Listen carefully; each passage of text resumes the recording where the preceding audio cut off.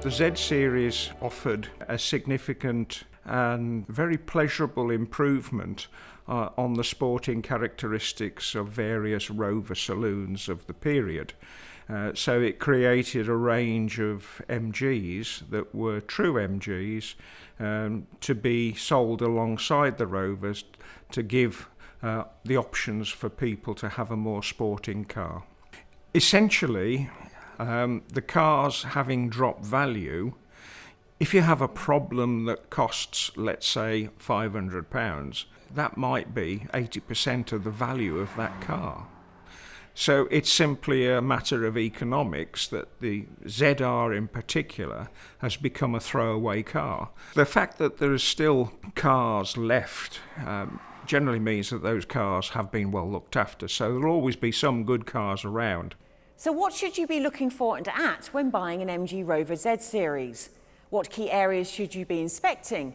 And what key issues should you be aware of? You're obviously going to look at the exterior. You're going to be looking predominantly at the body initially for signs of corrosion. If we look at the ZR, rear wheel arches rust, you get sill rust, and you can get rust around other parts of the panel. If we start talking about the ZS, then the front floor pans, as well as the sills, can suffer from corrosion.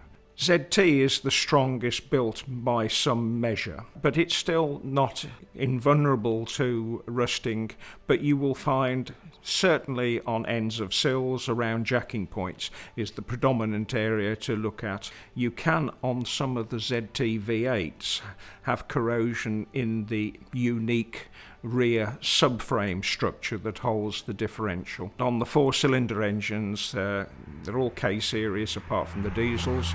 That means that the biggest flaw that was with those engines was the head gasket.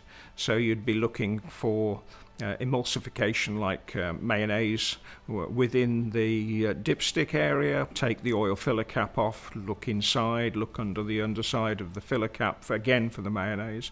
And essentially, if you see that, you walk away. Moving into the interior, what we're looking at with all three models is that part of the sporting package involves seats with extra bolster support to give you support when you're in the seat. One of the downsides is that those bolsters stick out from the seat back more than the standard seats. You have to look at those for wear through the leather because it then needs professional repair to sort out. Spare parts themselves is perceived as a bigger issue than it actually is. When we're looking at trim items, it's difficult in a lot of the individual components. If we're looking at body panels, then that is not so difficult, although the ZS is a little bit more difficult than the ZR and the ZT because the ZR and ZT body production was continued in China. The ZS, because of its Honda underpinnings, stopped in 2005 and no more parts have been made.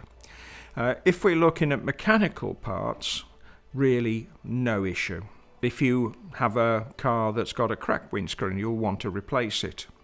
Certainly on the 2004 model year cars that introduced in mid-2003, there's an issue specific to those models, and that is that the wiring was changed inside, and if you have a water leak through the screen that's not sealed properly, you can end up with water getting into the main electrical system controller and causing all manner of problems and invariably a big bill. So you have to be aware that if you detect any water inside the car, it's a red flag. MG Rover were not particularly generous in their treatment of alloy wheels, and all of the MG Z ranges have alloy wheels. This inasmuch as their protective cover and paint finishes were a little bit thin.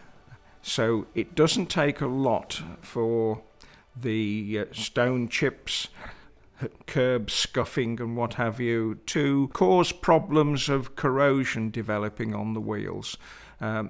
If it's light, it can be easily dealt with and a more robust coating applied.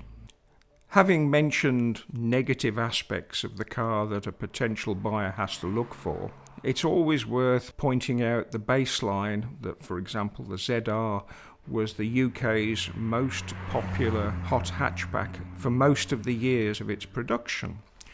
If we're looking at all of the range, they all offer the same practical saloon car attributes that you would buy a car to carry the family, to go to the shops, to go down the tip, especially the carrying capacity of the ZTT.